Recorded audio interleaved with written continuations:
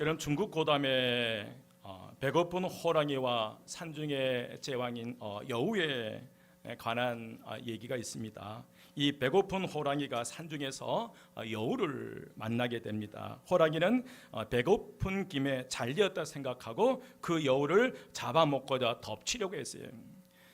그때 그 여우는 이 위기를 모면하기 위해서 한 꾀를 생각하게 되는데, 덮치려는 호랑이를 향해서 호랑이님 잠깐만 좀 기다리십시오. 호랑이님 결코 나를 잡아먹어서는 안 됩니다. 왜냐하면 저는 내가 이 산중의 제왕입니다 라고 얘기를 한 거예요. 그래서 호랑이가 그것을 내가 이 산중에서 네가 제왕인지 어떻게 증명할 수 있겠냐라고 물으는 거예요. 그때 그러면 호랑이님, 내가 이 산중에서 최고 제왕이라는 사실을 증명하게 드릴 테니까 호랑이 저 뒤를 따라오십시오. 그리고는 이 여우가 온 산을 이제 휘젓고 다니는 거예요. 그래서 이상하게도 그 산 속에 있는 모든 짐승들이 이 여우만 보고 다 도망가는 거예요. 그래서 호랑이가 갸우뚱갸우뚱하면서 뒤를 따라가는데, 그리고 이제 그 산 속을 다 돌아다니고 나와서 이제 여우가 얘기를 한 거예요. 여러분 보십시오. 이 모든 이들이 도망가는데 제가 이 산중의 제왕이라는 사실을 증명해 드린 것 아닙니까? 라고 얘기를 할 때 호랑이가 들어볼 때 여우의 말이 그럴듯하거든요. 그래서 이 호랑이는 여우를 놓아주게 되고 여우는 기회다 싶어서 도망을 가게 됐어요. 그러나 여러분, 산 짐승들이 여우 일행을 보고 도망하는 것은 여우 때문이 아니라 그 여우 뒤에 있는 누구를 보고요? 호랑이를 보고 도망간 거예요. 호랑이를 보고 무서워 달아났던 것입니다. 사랑하는 우리 한마음 성도 여러분, 호랑이는 자기가 누구인지 알지 못해서 여우에게 그 여우의 관계에 농락당해 버리는 거예요. 마찬가지로 오늘 저와 여러분의 정체성을 정확하게 우리가 알지 못하면 이 악한 세상 속에서 이 교묘한 사탄의 계계와 속임수에 농락당해 버릴 수 있다는 거예요. 누가요? 우리가요. 어떤 우리가요? 나의 정확한 정체성을 알지, 내가 누구인지, 이 땅의 그리스도인으로서 이 그리스도인으로서의 정체성이 누구인지 이 정체성을 정확하게 알지 못하면 우리는 이 땅에 살아가면서 교회는 다니고 신앙생활을 하는 것 같으면서도 여전히 그 생각이 사악한 어둠의 영에 사로잡혀서 사탄이 원하고 바라는, 사탄이 기뻐하는 그 일을 행하면서 사탄에게 교묘하게 농락당해 버린다는 거예요. 여러분, 지금 살아오면 이 코로나19로 인해서 이 사탄의 이 관계, 이 속임수에 농락당하고 있지는 않으십니까? 오늘 저와 여러분은 우리 자신의 모습이 어떤 것인지 바로 알아야 될 줄 믿습니다. 오늘 여우를 보고 도망가는 것이 아니라 여우 뒤에 호랑이를 보고 그 모든 산중의 들짐승들이 도망갔던 것처럼 오늘 저와 여러분 안에 계신 성령의 하나님, 그 능력에 힘입어서 우리는 그리스도인답게 승리의 삶을 살아갈 수 있으리라 믿습니다. 우리는 예수 그리스도를 주님으로, 예수 그리스도를 주님으로 고백하게 되고 영접할 때 이 아들의 영, 바로 성령의 하나님께서 성령의 영을 우리 마음 가운데 부어주심으로 말미암아 우리는 하나님의 성전이 되는 거예요. 부활 승천하신 예수 그리스도께서 약속하신 그 보혜사 성령, 그 성령님이 오늘 저와 여러분과 함께 하시고 영으로 오신 그 성령의 하나님이 어디 안에 거하심으로 말미암아, 우리 안에 거하심으로 말미암아 우리는 하나님의 성전인 것과 성령의 하나님이 어디 안에 거하신다? 우리 안에 거하신다. 한번 따라서 합니다. 나는 하나님의 성전이고 성령의 하나님께서 내 안에 계십니다. 이걸 어떻게 알아요, 여러분? 성령님이 밖에 계신지 안에 계신지 어떻게 아는 거예요, 여러분? 지난주에 세 가지 말씀드렸죠. 하나님께 주신 은혜를 깨닫게 될 때 내 안에 성령님이 계신 거예요. 여러분, 찬송가를 부르는데 은혜가 되는 거예요. 말씀을 들은데 기도를 들으는데 은혜가 되는 거예요. 하나님 주신 은혜가 될 때 여러분, 세상 사람이 찬송가 부르면서 은혜 받겠어요? 하나님 주신 은혜를 깨달을 때에 내 안에 성령님이 계신 줄 알 수 있어요. 내 입술로 또박또박 예수 그리스도가 나의 주님이십니다로 고백되면 내 안에 성령님이 계시는 거예요. 하나님을 아버지라고 부르는 이 사실 한 가지만도 우리는 내 안에 성령님이 계시는 거예요. 여러분, 아무리 신실한 불교 신자라 할지라도 부처를 아버지라고 부르지 않아요. 여러분, 이슬람교의 교주 마호멧이 이름이 99가지라고 그래요. 그런데 결코 그 99가지 이름 가운데 마호멧을 아버지라고 부르는 사람은 아무도 없다는 거예요. 오직 예수 그리스도를 주님으로 고백하고 하나님을 믿는 오늘 저와 여러분은 하나님을 누구라고 부르는 거예요? 아버지라고 부르는 거예요. 이 한 가지, 우리가 하나님을 아버지라고 부를 수 있는 이 한 가지 사실만 갖도 하나님의 영이 우리의 하나님의 자녀임을 증명해 주신 줄 믿습니다. 그래서 오늘은 그 네 번째로 내 안에 성령님이 어떻게 계신 그걸 증명할 수 있는 그 네 번째로, 여러분, 성령께서 내주하고 계신 사람은 용서와 사랑의 마음이 생겨요. 어떤 마음이 생긴다? 용서와 사랑의 마음이. 요한일서 4장 12, 13절 말씀이요. 말씀에 보면 요한복음 4장 12, 13절 말씀 보면 어느 때나 하나님을 본 사람이 없으되 만일 우리가 서로 사랑하면 하나님 우리 안에 거하시고 그의 사랑이 우리 안에 온전히 이루어지느니라. 그의 성령을 우리에게 주심으로 우리가 그 안에 거하고 그가 우리 안에 거하신 줄을 뭐 하느니라? 아느니라. 이 말씀에서 하나님이 그 안에 거하는 사람은 어떻게 한다고요? 그의 사랑이 우리 안에 온전히 이루어지고 또한 성령님을 주셔서 우리가 그 안에 거하고 우리가 그 안에 거한다고 말씀하셨어요. 여러분, 만일 정말로 예수님을 구주로 믿는 사람이라면 누구를 대하든지 용서해야 하고 사랑해야 한다는 마음의 명령을 받게 돼요. 누구를 믿는 사람? 예수를 믿는 사람이야. 그렇지 않고 오직 원수 갚을 마음만 생긴다면 정말로 내가 예수님을 믿고 거듭난 사람인지 점검해 봐야 돼요.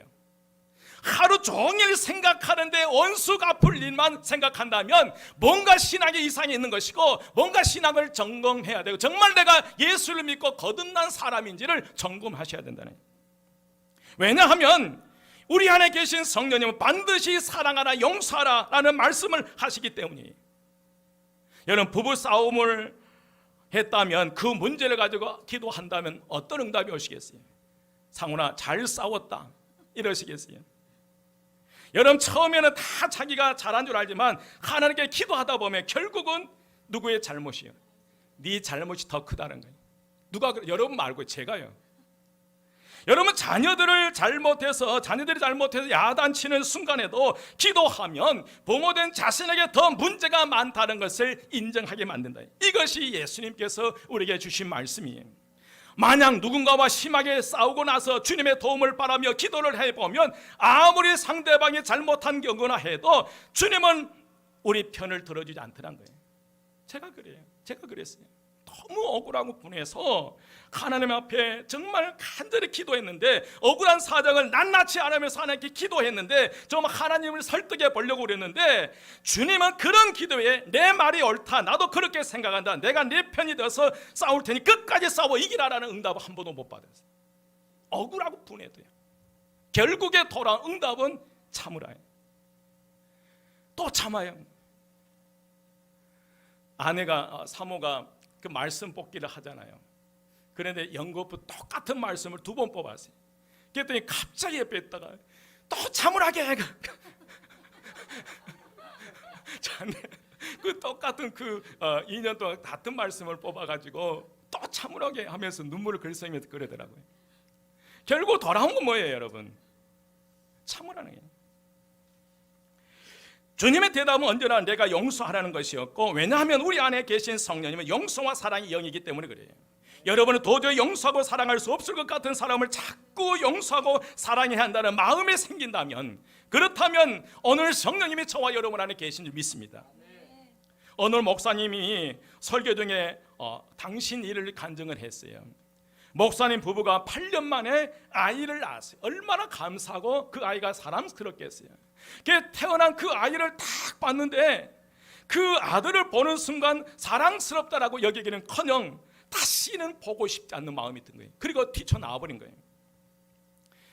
왜냐하면 목사님의 그 아들이 누구를 닮은 거예요? 아버지를 닮은 거예요. 너무나 그 태어난 갓난 아이 얼굴 속에 아버지의 모습이 그대로 겹쳐진 거예요. 그러다 보니 너무나 이제 화가 난 거예요. 여러분, 목사님의 아버지는 한 달에 한 번 집에 오셨다고 그래요. 그러다 보니 아버지가 안 계시는 환경이 더 자연스러웠고, 아버지가 오시면 오히려 어색해지게 되고, 그리고 그 아버지가 죽도록 미웠고 싫었는데, 그런데 하필이면 그 갓 태어난 8년 만에 태어난 아들의 얼굴에 아버지 얼굴이 겹쳐진 거예요. 그래서 이 통곡하고 오는데, 이 목사님이 목사가 되고서 아버지를 용서하신 거예요. 용서했다라고 생각했는데, 그런데 그러니까 목사가 돼서 그 마음 중심으로 아버지를 용서했다라고 생각하고 그렇게 생각하고 그렇게 기도했는데, 정작 그 아들의 얼굴 속에 아버지의 얼굴이 겹쳐지니까 화가 치밀어 오더라는 거예요. 그래서 통곡해 오는데, 성령님이 내가 너를 위해 십자가에 죽었음을 믿느냐, 내가 네 아버지를 위해서도 내가 십자가 위에서 죽었다라는 말씀, 이제 아버지를 용서하라는 거예요. 그런데 마음이 움직이지 않는 것이 문제였어요.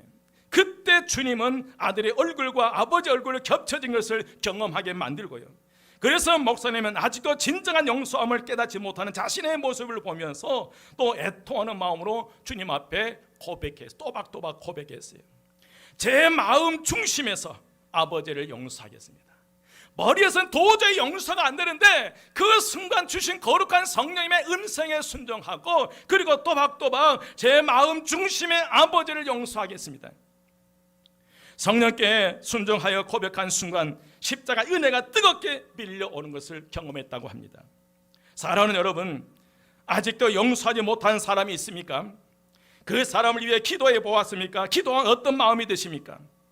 제 머리로는 도저히 용서해야 하는데 하면서도 실제 행동은 그렇지 않더라는 거예요. 너무나 억울하고 분해서 기도하면 결국은 또 참고 기다리는, 용서하라는 거예요. 그렇지만 여러분, 분명한 사실은 용서와 사랑의 마음이 있다는 것은 성령께서 내 안에 계신다는 증거예요. 아멘. 다섯 번째로, 여러분, 성령께서 내 안에 계신 사람은 성령님의 근심을 깨달아요. 뭘 깨달아요? 성령님의 근심을 깨달아요. 한번 따라서 합니다. 내 안에 성령님이 계신 사람은 성령의 근심을 깨닫습니다. 아멘. 사도 바울은 에베소서 4장 30절 말씀에 가나님의 성령을 근심하게 하지 말라고 말씀하셔요. 에베소서 4장 30절 말씀에 보면 가나님의 성령을 근심하게 하지 말라, 그 안에서 너희가 구원의 날까지 인치심을 받았느니라. 아멘. 한번 따라서 합니다. 하나님의 성령을 근심하게 하지 말라, 그 안에서 너희가 구원의 날까지 인치심을 받았느니라. 우리 안에 찾아오신 성령님은 우리가 어떻게 행동하느냐에 따라서 계속 남아 계시거나 우리를 떠나시거나 하는 분이 아니시라는 거예요.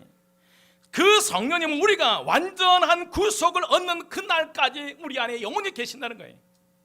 우리가 우리의 행동에 따라서, 우리의 말과 우리의 삶의 모습에 따라서 성령님 들어왔다 나갔다 하신 분이 아니란 거예요. 우리가 예수 그리스도를 주님으로 고백하는 순간 약속의 보혜사 성령님이 우리 안에 들어오시고, 우리 안에 들어올 그 성령님이 인치심을 받을 때까지, 완전한 구원의 날까지 우리 안에 계신 줄 믿습니다. 믿으시면 아멘. 아멘. 그분은 우리가 완전한 구속날까지 우리 안에 계신데, 설령 우리가 그분을 기쁘게 해드리지 못하더라도 그분은 우리를 절대로 떠나지 않으셔요. 그 대신 우리 안에서 근심하면서 그 근심 우리에게 깨닫게 하는 거예요. 그러니까 우리가 잘못된 삶을 살고 신앙인답게 그리스도인답게 살아가지 못하면 우리를 떠난 것이 아니라 우리 안에 거하시면서 우리 안에 성령이 근심하신다는 거예요. 근심하고 계시. 여러분, 그 근심을 우리가 깨달으셔야 돼요. 사랑하는 우리 한마음 성도 여러분, 그리스도인에게는 독특한 마음의 근심이 있어요. 주일 성수를 하지 않거나 헌금 생활이나 기도 생활에 문제가 있을 때 누가 뭐라 하는 것도 아닌데 괴로움을 느낀다는 거예요. 세상 사람들에게 이런 근심이 없어요. 근심의 대상조차 되지 않아요. 그러나 그리스도인들은 괴로움을 느끼고 근심해요. 그 사람 안에 계신 성령님이 뭐 하시기 때문에요? 근심하고 계시기 때문에요. 여러분, 그 사람 안에 계신 성령님이 근심하기 때문에 그래요. 그러므로 우리는 성령님의 근심이 무엇인지 잘 분별하셔야 돼요. 그러므로 우리는 여러분 괴로운 정도로 여기지 말고 즉시 깨닫고 돌아서야 된다는 거예요. 내가 잘못된 길을 갔을 때, 잘못된 언행을 했을 때, 잘못된 삶을 살아갔을 때 내 안에 성령님이 근심하신다면 멈추십시오. 멈추셔야 돼요. 여러분 성령님이 근심할 때는 분명히 이유가 있어요. 그러나 이러한 성령님의 근심은 우리 안에 성령이 분명히 계신다는 사실을 확인시켜 주신 줄 믿습니다. 내 안에 뭐가 있다면요, 성령의 근심이 있다면요. 세례받은 지 얼마 되지 않은 한 청년이 토요일 밤에 그 담임 목사님 서재에 찾아왔어요. 그러면서 이 청년이 다짜고짜 펑펑 우는 거예요. 그러면서 하는 얘기가, 목사님 저는 예수 헛믿었어요.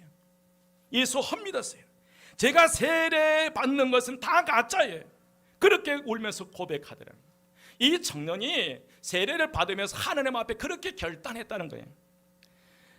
절대로 죄된 생활을 청산하고 어떤 회식의 자리에서 절대 가지 않겠다, 나름대로 세례를 받으면서 다짐하고 결단한 거예요. 그런데 그는 회식에 참석하여 말할 수 없는 부끄러운 죄를 그 자리에서 그 동료들과 함께 저질렀다는 거예요.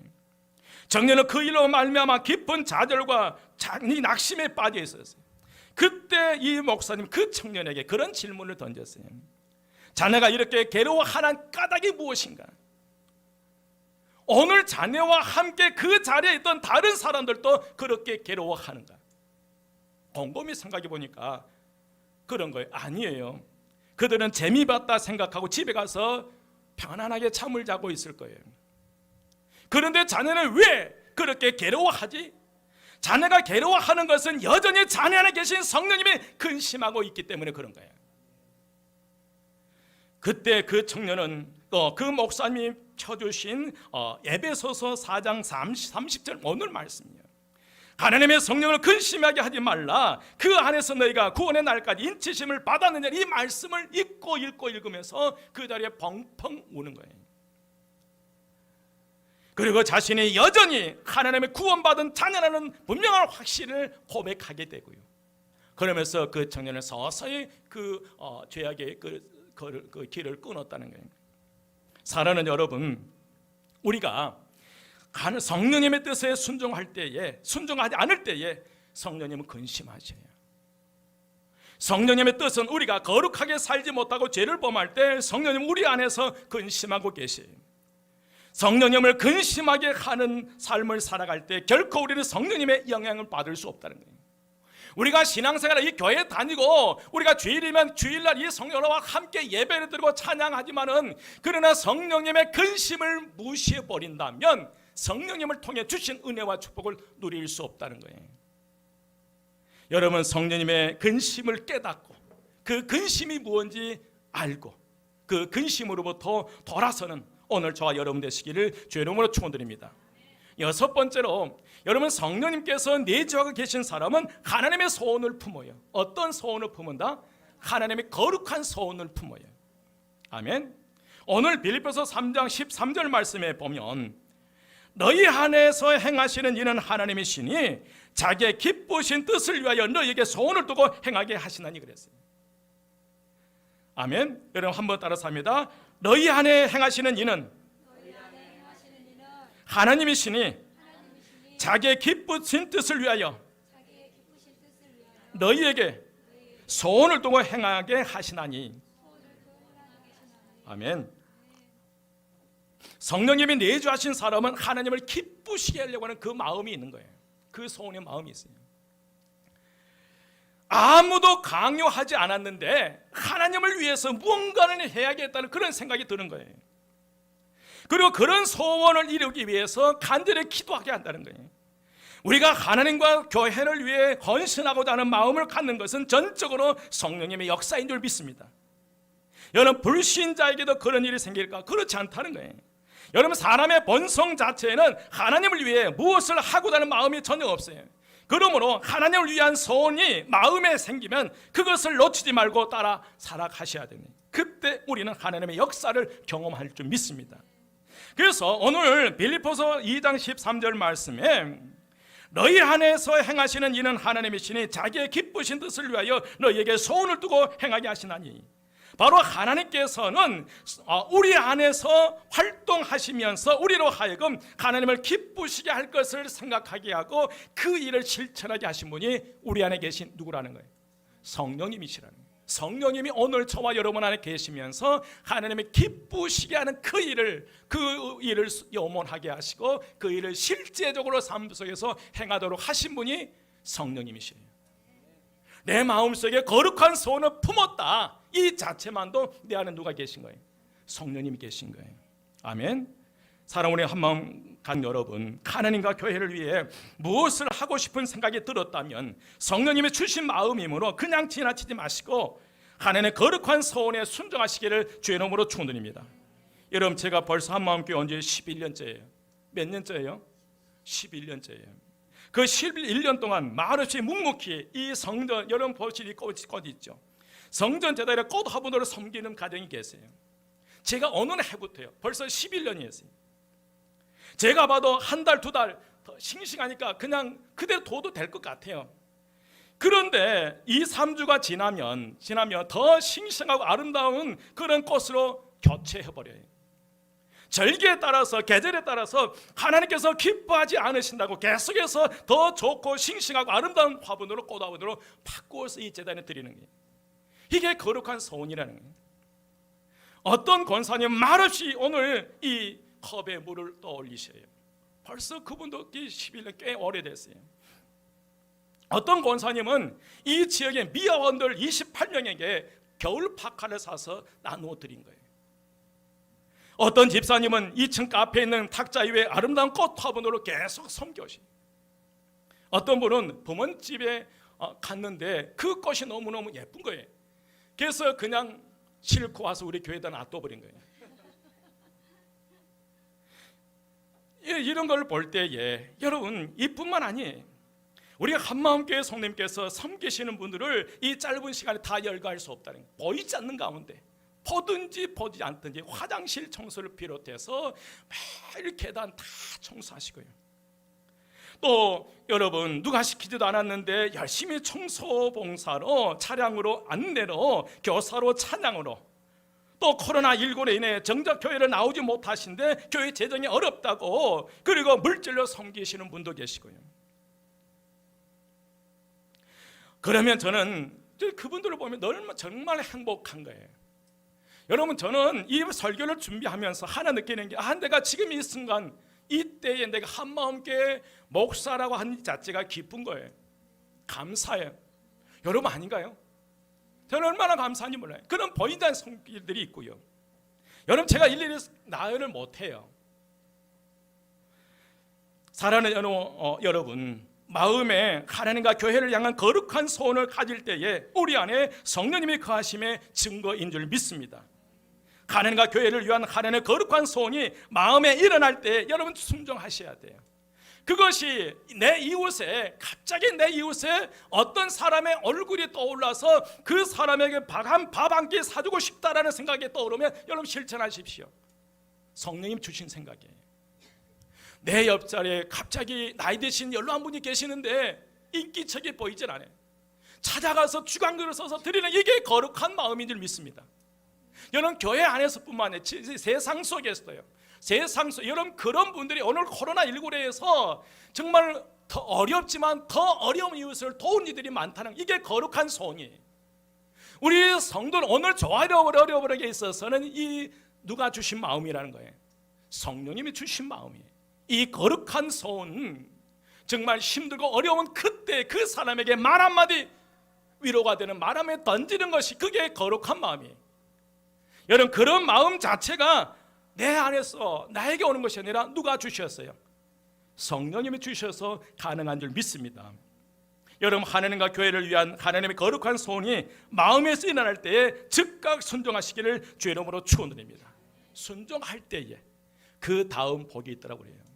저도 이번 코로나19에 기도하는 가운데 어떤 그 개척교회 목사님이 전혀 전화도 안 했어요. 그런데 갑자기 전화 온 거예요.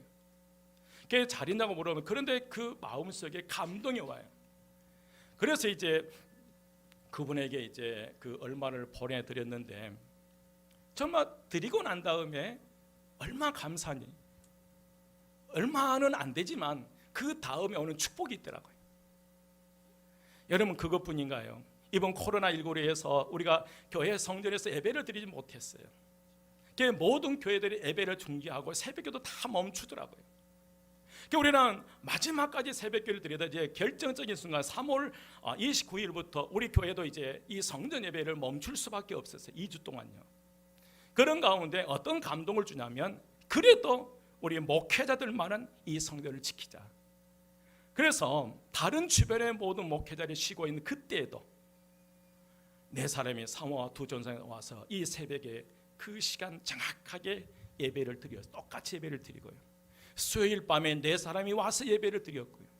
금요일 예배를 드리고. 그게 지금 돌이켜보면 정말 잘했다는 거예요.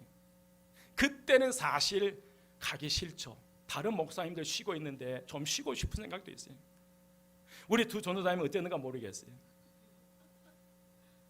돌이켜보면 그때 그 하나님의 그 들어온 거룩한 이 서온 그 말씀에 순종하기를 잘했다는 거예요. 여러분, 오늘 우리가 살아가면서 이런 거룩한 이웃과의 관계 속에서도 그렇고 살아가는 사람 가운데서 남을 유익하게 하는, 남에게 뭔가 힘을 주고 위로하는 그런 일들이 떠올랐을 때 멈추지 말고 행하십시오. 반드시 하나님께서 냉수 한 그릇 대접하는 이 선지자 이름으로 냉수 한 그릇 대접하는 걸 기억하신다고 그랬어요. 교회 안에서가 됐든지 교회 밖에서가 됐든지 이 거룩한 이 소원, 성령께서 우리 안에 계실 때 그 거룩한 소원을 품게 하셔요. 그래서 하나님의 역사는 누구를 통해서 역사하신다? 사람을 통해서요. 반드시 하나님 직접 개입하시고 간섭하셔서 그 일을 이루어 가실 수 있겠지만, 그러나 결정적으로 하나님께서 오늘 저와 여러분을 축복 주시기 위해서 하나님의 사람들을 그 일을 하게 하고 그 일을 할 때 또 다른 은혜와 축복이 있다는 거예요. 여러분, 어떤 소원이 주어졌을 때, 감동이 왔을 때 내가 안 해버리면 그 일이 멈추는 것이 아니라 그 감동, 그 축복이 다른 사람에게 가버리더라는 거예요. 여러분, 저는 그런 분들을 봤어요.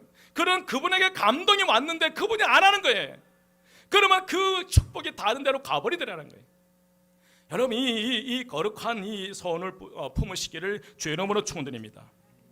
마지막 7번째로, 여러분, 성령께서 내주하고 계신 사람은 전도할 마음이 생겨요. 어떤 마음이 생겨요? 전도하고 싶은 마음이 생겨요. 오늘 마태복음 10장 19절에서 20절 말씀이에요. 너희를 넘겨줄 때에 어떻게 또는 무엇을 말할까 염려하지 말라. 그때에 너희에게 할 말을 주시리니 말하는 이는 너희가 아니라 너희 속에 말씀하시는 이 곧 너희는 아버지의 성령이라니. 우리 안에 성령께서 계시면서 우리가 할 말을 주신다는 거예요. 전도할 때 우리는 성령님 우리 안에 역사하셔서 계심을 가장 분명하게 알 수 있는데, 바로 우리가 전도할 때 전도는 하나님의 일이기 때문인지 믿습니다. 우리 교회는 해마다 해피데이 전도를 하는데 코로나19로 이번에는 그 해피데이 전도를 못했어요. 그런데 해피데이를 하다 보면 해피데이 날 이제 예비 신자를 품고 우리가 몇 달 동안 기도하잖아요. 그게 정작 이 초청주일 날, 해피데이 그 당일 날, 디데이 날 이제 여러 가지 어떤 현상이 나타나요. 그동안 기도하면서 예배 신자를 품고 기도해가지고 그 기도했던 사람이 오면 얼굴이 환해지는 거예요. 그런데 그렇게 기도하고 밥도 사주고 다 했는데 코빼기도 안 보이는 거예요. 얼굴이 굳어져 있어요. 아픈 거예요. 그런데 여러분, 기억할 것은 전도 결실이 맺혔든지 그렇지 않았든지 간에 그때 마음이 어떠했는지, 여러분, 전도하고자 하는 마음 자체가 성령께서 우리 안에 거하시는 증거인 줄 믿습니다. 아멘. 지금까지 우리는 성령께서 우리 안에 계시는 그 증거들을 7가지를 살펴보았어요. 하나님께 주시는 은혜를 깨달았을 때에, 예수 그리스도를 나의 주님으로 고백했을 때에, 그리고 하나님을 누구라고 불렀을 때, 아버지라고 불렀을 때에, 내 마음속에 용서와 사랑의 마음이 생겼을 때에, 또한 그 성령님의 근심을 깨달았을 때에, 그리고 하나님의 거룩한 소원을 품게 하시고 전도하고자 마음, 이 7가지 마음이 우리 안에 있을 때에 내 안에 누가 계심? 성령님이 계심을 믿으시면 아멘. 7가지 가운데 몇 가지 정도 해당된 것 같아요. 여러분, 한번 이 7가지 몇 가지 정도 해당된 것 같아요.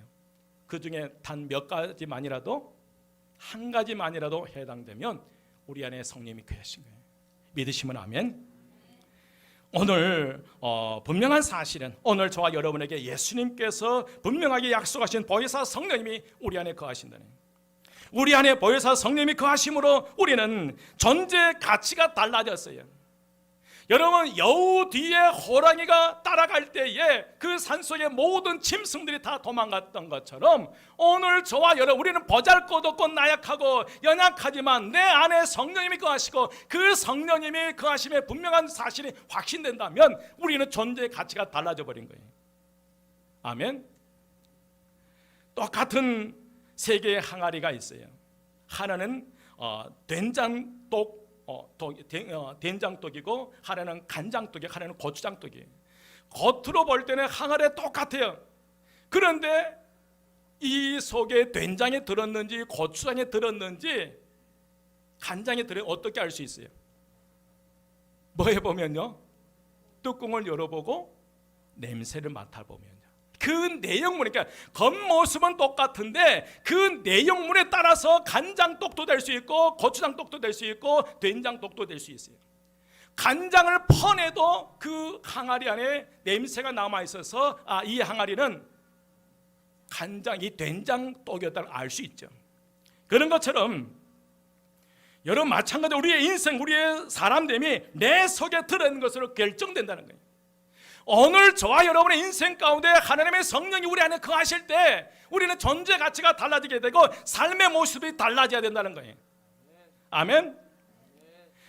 이 순간 여러분의 마음속에 무엇이 들어있는, 예수를 믿는 사람은 누구든지 하나님의 성령이 임재하시고, 그래서 사도 바울은 그런 고백을 해요. 너희 몸에 하나님의 성전인 것과 성령의 하나님 너희 안에 거하신 것을 알지 못하느냐. 우리 그리스도인의 마음속에는 성령님이 계시기 때문에 하나님의 성전이요 하나님의 사람인 줄 믿습니다. 여러분, 간장떡에 가까이 가면 냄새가 나는데 내용물이 없는 빈 독을 봐도 냄새가 아직 남아서 간장떡인지 된장떡인지 고추장떡인지 알 수 있다는 거예요. 마찬가지입니다. 여러분, 예수쟁이에게는 예수 향기가 나는 게 당연하다는 거예요. 예수 냄새가 나야 하고 성령님의 냄새가 나야 될 줄 믿습니다. 누가 뭐래도 우리가 예수 그리스도 주님으로 고백한 저와 여러분의 심령 속에 하나님의 성령 거룩한 영이 거하신다면 분명한 것은 우리의 몸에 그리스도의 향기가 나야 돼요. 옆에 분에게 말씀, 당신의 몸에서 성령님의 냄새가 납니다. 말씀해 주세요. 그리스도의 향기가, 그리스도의 냄새가 납니다. 아멘. 여러분, 우리는 하나님의 성전이에요. 옆에 분에게 몰라봐서 죄송합니다. 그렇게 정교한 분이시군요. 여러분, 우리가 예수 믿는 이 한 가지, 주의 성령이 우리 안에 계신 게 작은 일 같지만 이게 엄청난 축복이에요.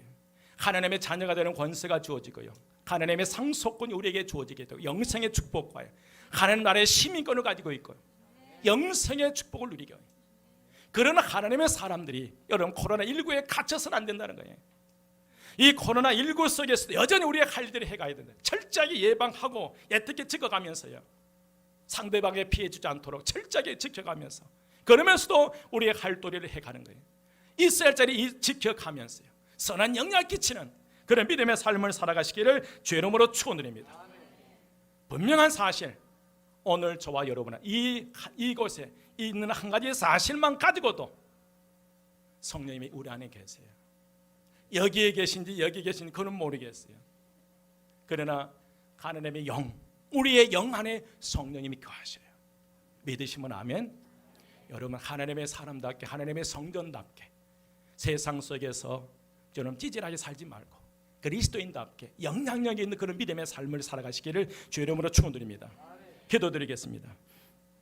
길이요 진리요 생명이 되신 우리 주 예수 그리스도의 은혜와 하나님의 크신 사랑하심과 성령님의 감화 감동 충만 역사하심이 이 세상 속에서 하나님의 자녀답게 또 하나님의 은혜 가운데에서 성령의 도 이끄심 속에서 탁월한 믿음의 삶을 살아가기로 다짐하고 결단하는 저희 모든 성도들의 머리 위와 그의 가정과 그에 속한 모든 것 위에 우리 교회와 이 지역사회와 이 나라와 이 민족 위에 지금부터 영원까지 함께 하시기를 간절히 축원드리옵나이다.